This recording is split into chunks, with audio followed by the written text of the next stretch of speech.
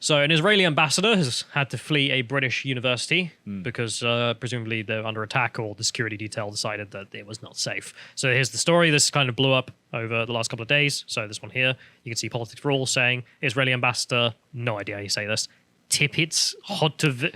We're just going to say the Israeli ambassador because God knows how to say that. So Zipi Hotoveli. Yeah, so Mrs. Hotoveli there, fleeing the London School of Economics after giving a speech. Managed to keep her bunches of flowers intact. Kept the bouquet. Which was impressive. Yeah, and then you have the person responding here saying British anti-Semites playing Chase the Jew on the anniversary of Kristallnacht, which, not good optics, you would have thought, but this is the left, so don't care.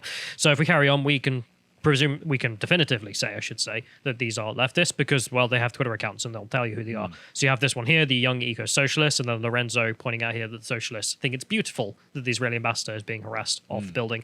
So if we scroll down on this one, we can see their tweet in which they say, absolutely beautiful, solidarity to our comrades in London and the oppressed people of Palestine, with some emoji with hearts fries, and it's enough to make a grown man cry seeing them being chased out. And you'll hear a lot of people say, oh, it's not anti-Semitic because we're just criticising Israel and criticising her for being the Israeli ambassador. But the Middle East is full of despotic, nefarious regimes that have far worse human rights abuses than Israel. And so what is it specifically about Israel, which, by the way, is a beacon, a bastion of equality and equal rights for women, for gays, for people of different ethnicities in the Middle East. Most countries have terrible laws and terrible treatment of anybody who's gay, female, or different ethnicity. What is it specific about Israel that makes it different, that make people think they've got to treat it differently? What could it possibly be? Is it the fact that it's the Jewish homeland? Is that what it is? So that's why it's anti-Semitic. Like, but if these people were going and like challenging the Yemeni ambassador, the Saudi ambassador, then fair enough. But there's the old fact of the situation that I don't know if you know the group Gays for Palestine, headquarters in Israel. Anyway, come on, Hezbollah, give them, come on, Hamas, give them some office space. But probably not near the top of the building. You made the fair point, which is Donald Trump's phrase "S-hole countries" comes to mind when describing all the Middle East, which is why I've never really cared about this debate at all between the two countries, because it's just like, who gives a about who the Semites are fighting each other over? Like, could not care. Anyway, but this is the it cares. I don't know. It matters to me, and also I've got a lot of Jewish friends who now feel unsafe in London for the first time since Jeremy Corbyn. But you make the valid point. There's the furore for Israel, but there's not for any other kind of despotism that's Arab. Absolutely, because everyone just accepts that as normal. Because which is racist. Well, it is the norm for Arab countries. That's just de facto the truth. Which is, well, their problem, not mine, because I don't live there and I don't care. Yeah, so but I don't. I just don't care. It's just like, foreigners, your problem. We don't have the British Empire anymore. If we did, tally ho, we need to civilize the rest of the world. But I think we've seen there's sometimes some blowback from strife in the Middle East. It sometimes comes back and bites us. Well, I try and stay out. That's usually why I try and stay out. But let's not get into a debate about Middle Eastern policy, because it's not really something I massively. I reckon we can fix it right here and now. Yeah, this will be the debate anyway. So let's move on to some of the other responses around the Israeli ambassador. So we have this one here. So this is a guy on the ground who's sympathetic to the protesters, who said that he was there and he was speaking to some of today's activists outside London School of Economics. Some things are clear. Most students were angry at the University Debate Society for platforming racists.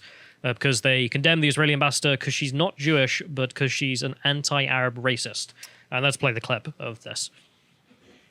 Someone like this person doesn't really deserve the right to speak. She has made comments dehumanising an entire people. If she has the right, if she can dehumanise people and invalidate their right to speak, why should she have any sort of right? We've seen her appointment as ambassador is evidence enough both of the attitude of the current government in Israel and the current attitude of our own government. So the audio there was a bit crap, but he's saying that she doesn't have a right to speak because she dehumanizes other people. Can we go back to the start of that clip and just quickly see the fit lassie? No. see the control yourself.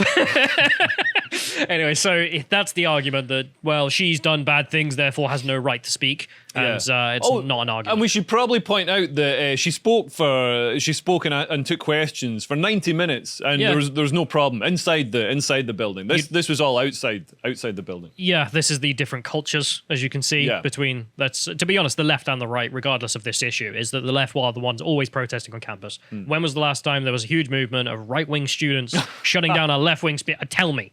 You know, it doesn't happen. It's not a thing. Munich in 1937 or something. Left wingers, in my opinion. Anyway, so let's carry on from this. So we go to the next one. We have Labour, who responded to this by desperately trying to be like, don't want to get that reputation back. So you can see here the shadow Home Secretary saying, shocking scenes last night involving Israel's ambassador. Anti-Semitism has no place in our society.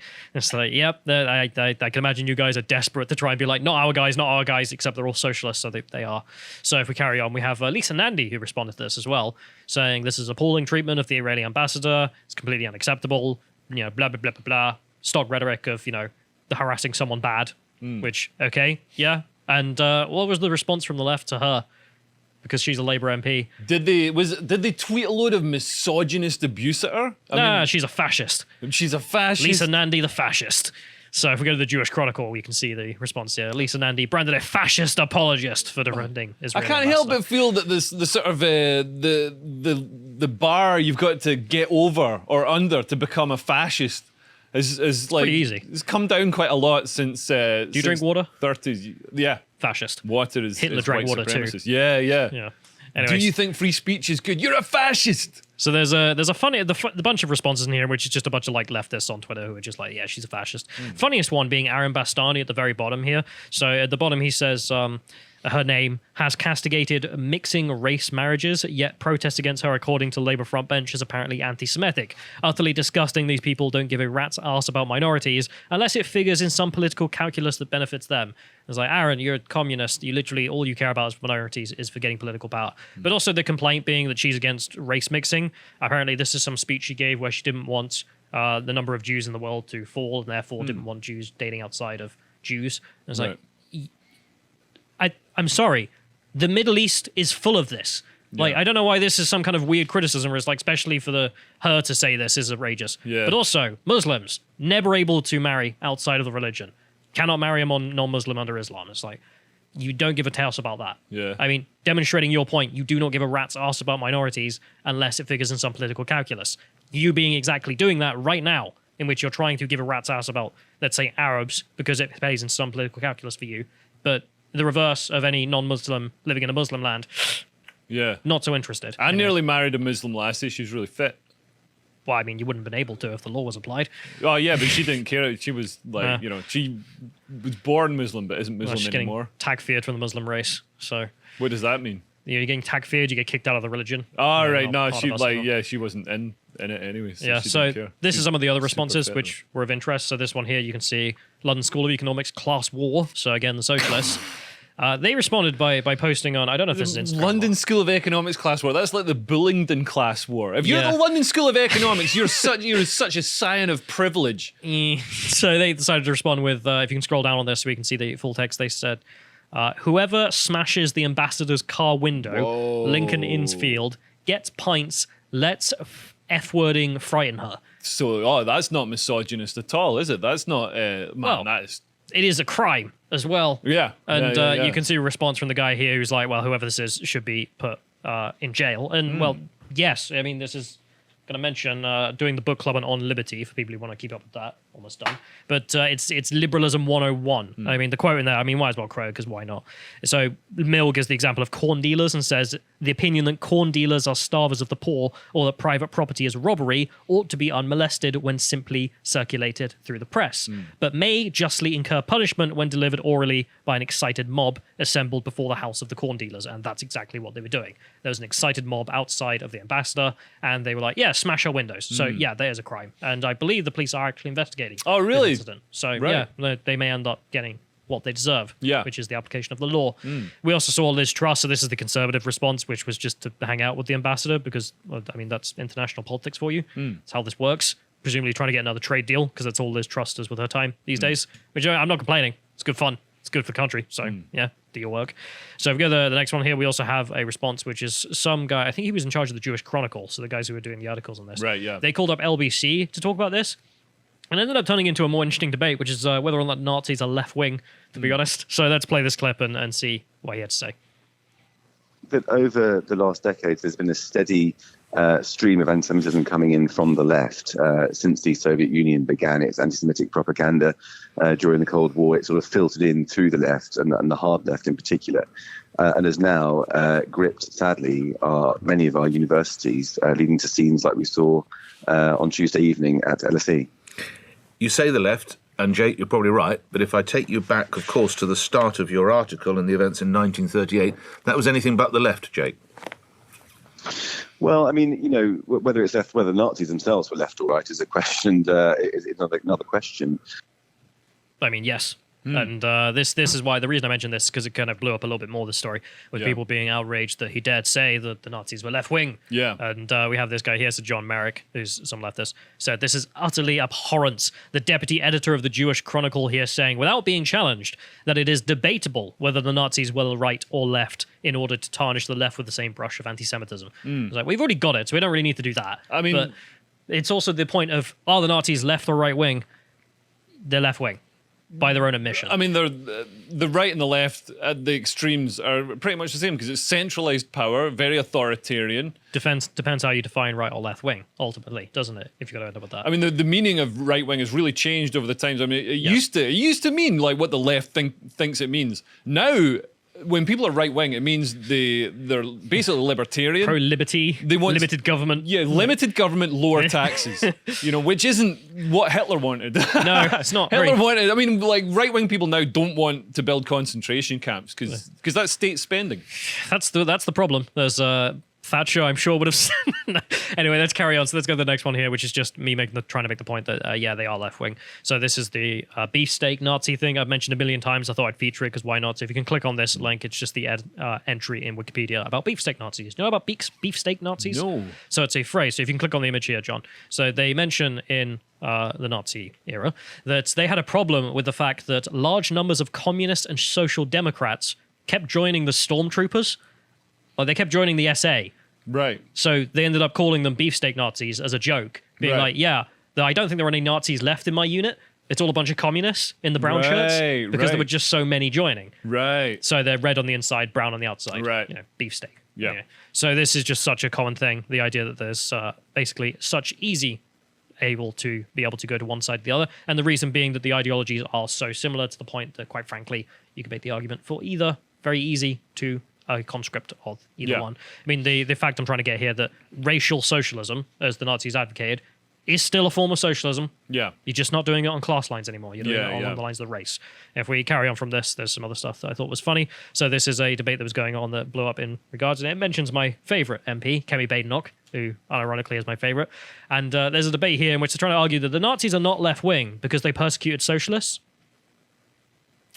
You ever heard of Joseph Stalin? Yeah. Yeah. Dumb. Anyway. I mean, if you look at any people who get persecuted, they get persecuted like far more Muslims are persecuted by ISIS or you know Islamic fundamentalists than Christians being killed by Christians. Yeah, absolutely. So let's play this clip in which this debate took place, and Kemi responded. The first thing that National Socialism did was to imprison the trade unionists, the Social Democrats, let alone the communists. The only reason they took the word socialism was because of the appeal it had to a very strong German working class. The whole emphasis of fascism was anti-socialist, and it's obvious from who didn't go to jail and who did. Who didn't go to jail were the capitalists. That's not who violence was used I think the Jewish people might disagree. I want to make this point. I think that's a very heavy rewriting what I was of history. referring. I love Yaron Brook and Kemi's response though. So what the hell's wrong with you? Because the thing is as well, it's such a basic B understanding of history. And this is Tick's video, T-I-K, who did a video called Hitler's Socialism, in which he goes on for like 4 hours just to explain every argument about why he's a socialist. Right. And if you look through Nazi ideology, like through their lens, how did they view the Jews? Why is Kemi saying that the Jews would disagree with you on that? It's because they viewed individuality and capitalism as a Jewish plot.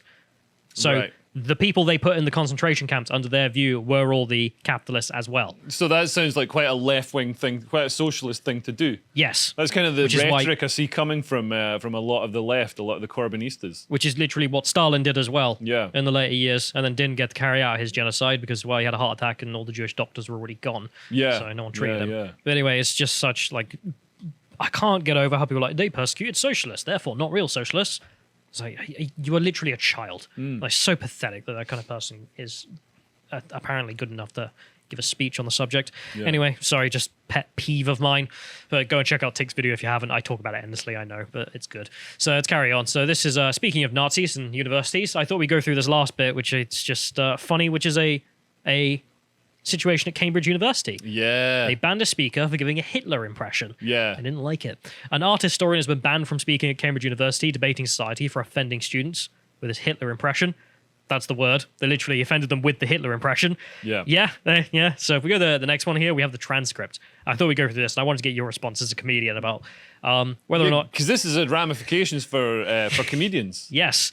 So the transcript is him saying, "So let me tell you my great example of bad taste and to explain why good taste exists and why it matters, really matters. Adolf Hitler." Audience laughter. "It's actually not funny, but I'll allow you to think it's funny briefly." Anyway, so he says, "Adolf Hitler, Mein Kampf, what's it all about? It's about taste. The whole book is about taste. Cultural struggle through taste." And then he begins his caricature of Hitler, it says. So I don't know, do a little mustache or something and put the hair over. He says in his little Hitler voice, "My struggle, Adolf Hitler's struggle. I was a watercolor painter. I was rejected. My German art, my purity. It was rejected. The romantic tradition of German art was rejected by this modern art, this horrible modern art that was promoted by the Jews, which is Cubist, inspired by the art of the Negro tribe art. Yuck. How horrible is that? We must expunge this from our Deutschland. We are pure Aryan people. Our genetics are pure. Our art must be pure." Back to a normal voice. This It clip, says- this is definitely going to get clipped out and taken out of God. context. Anyway, so that was his version in which he's clearly making fun of Hitler as being a disgusting being. And he goes back to the normal voice. So what did Hitler do in 1936? He did the most popular exhibition of modern art that was ever staged in Austria and Germany and saw 3 million people turn up. It was Kunst, degenerate art. That's right. Yeah. Hitler and Göring and his other friends removed from every German museum every single work of art that was cubist, abstract, or surrealist. Hitler hated surrealism and the art of dreams and nightmares designed, he thought, to make Germans go mad. Yeah. So, I mean, you read the transcript. It's so blatantly obvious. He's literally arguing, yeah, so there's this bad taste thing, like Hitler, who's a friggin' freak. Yeah. And he has these tastes of modern art. And Hitler, a notoriously sort of sentimental painter of just, sort of cloying watercolor scenes and stuff like that. Like, I think his art was considered a bit crap because it was so basic. Yeah, It was just, drawn a thing. Real shortbread tin stuff. Yeah. Although, I mean, to be honest, if he'd been encouraged, if he'd just been indulged a little bit, then maybe we could have avoided a lot of unpleasantness. Yeah, but I got the transcript specifically so we could see the reality of the situation. So, I mean, how bad was the Hitler impression? It's they're not laughing by the end of it, apparently. So it's a bit weird. But the whole I feel like he bombed. His whole point was to be in terrible taste. Yeah. Because he's making a point about bad taste. Yes. And about this Intentart Kunst. Because Hitler, and the Nazis a terrible taste in art. In fact, somebody used that phrase to describe my stuff, and the woke people hate my stuff because it's Intentart Kunst. And I was like, what are you talking about? Right. And they explained it to me. So it's interesting. It's come up again. You've been tarred with the same brush. Yeah, the watercolor brush. I just love how it's you're meant to be like, oh man, the students are so confused by that though that they're offended and they blacklisted him from the university. That's the story. Well, you should see the picture of the guy who's in charge of the blacklist. Man, the guy's like 12 years old. This guy really? shouldn't be like, he's I didn't get to see a picture of him. Oh man, it's hilarious. But how much of an idiot do you have to be to read that or to listen to that and be like, yeah, this guy's endorsing Hitler? Yeah. It's like, Man. Yeah. This is the thing. Like, there's no room for context or nuance or irony or whatever point he's trying to make. People just take everything at the literal face value, and clip it out. And, I feel like the dude doesn't have to end all of that with. And that Hitler guy, bad guy, you know. The more I hear, the worse I think of him. It's like, no, he's literally using him as the example of bad. Yeah, that's the point of the bloody thing. Absolutely, absolutely. But this is the ramifications it's had. So they blacklisted the dude, and then in response, they've actually invited John Cleese, as I assume you're going to say. Well, I don't think it was in response. He was already invited to speak there. So John Cleese is alumnus of Cambridge, so he's going to speak at Cambridge Union, which I can't believe they've got somebody who is in charge of a blacklist at Cambridge Union. What sort of, just they should have a bit of self-awareness and realise, you're not gonna like Fred West isn't gonna get invited. You don't need a blacklist, like especially not for art historians. Put Hitler on the blacklist. Yeah. You know what I mean? Don't think it was needed. So John Cleese was due to appear, but obviously John Cleese has done some very famous impersonations of Hitler on Monty Python and also very famously on Fawlty Towers. Don't talk about Zavor. Yeah. So he goose steps up and down. It's hilarious. It's an iconic moment. One of the top 10 moments in UK comedy history. If you haven't seen it, you really should. Yeah. It's amazing. It's bound to be on YouTube. So he blacklisted himself. He cancelled himself from speaking at Cambridge Union, in support or in recognition of this guy getting cancelled for doing, a similar thing to what John Cleese had done. An art historian. An art historian. I mean, the dude is not going to bring about the Fifth Reich. Actually, wait, no, Hitler was a painter. Anyway, Hitler was an unsuccessful painter. This guy's a successful art historian. So he's got a life to live. He doesn't have time to start any national socialist parties. No, he's got to be pointing out what bad taste is, which is Nazism, and the students are like, I took offence to that. Yeah. Did you? And so John Cleese. And John Cleese has been criticised. People have said, well, you're cancelling yourself. You haven't been cancelled. You've cancelled yourself. But they don't understand that the vast majority of censorship is self-censorship. So you censor yourself. If you're speaking and you know that somebody's been cancelled for doing a Hitler impersonation or whatever it is, you're stepping on eggshells to make sure you don't breach whatever arcane and convoluted and illogical etiquette rules, woke etiquette rules, apply. So you really need to be able to speak. And John Cleese has said, if somebody finds an alternative venue where if we go to the last one here, just so this is the what you're about to mention, which is that he's mentioned if you have a sizable room in Cambridge, anyone listening who's in Cambridge, and you want to invite people on the condition that he doesn't have to walk on eggshells, he'll do it. Yeah. He'll come and do it. And I look forward to seeing the video when it comes out. Yeah. I assume people are organising that now. Yeah. But anyway, that's all the news about what's going on with that. Thanks for watching this clip from the podcast of the Lotus Eaters. We broadcast live on lotuseaters.com at 1 p.m. UK time every weekday. And we also have loads more content that we don't put on YouTube, such as the memes and video comments from our community. Every week we also have new episodes of our regular series, Contemplations and Epochs. In Contemplations, Josh explores interesting and diverse topics, such as the science behind the need for fathers in the home, or why people believe in ghosts and the paranormal. In Epochs, Bo and I go on, often at length, about various events and periods in history that are particularly fascinating.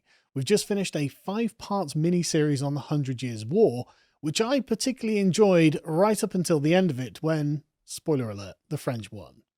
Alongside our excellent team of in-house writers, we also commission articles from outside contributors, and Silver and Gold tier subscribers have access to an audio recording of each premium article, so you don't have to read it yourself. We interview various contemporary thinkers and entertainers, as well as host the recordings of our live events. We also have a series of premium video content on the site, which we think is particularly worthwhile, or we simply can't put on YouTube because their editorial policies prohibit reasonable discussion on the subject. Personally, I think the deep dives we've been doing into critical theory and critical race theory are most important, as we reveal the origins of intersectionality and the plan that the radical left has for our societies. We are funded almost exclusively by our subscribers, so if you'd like to join us in the work we're doing, head over to lotuseaters.com and we'll see you there.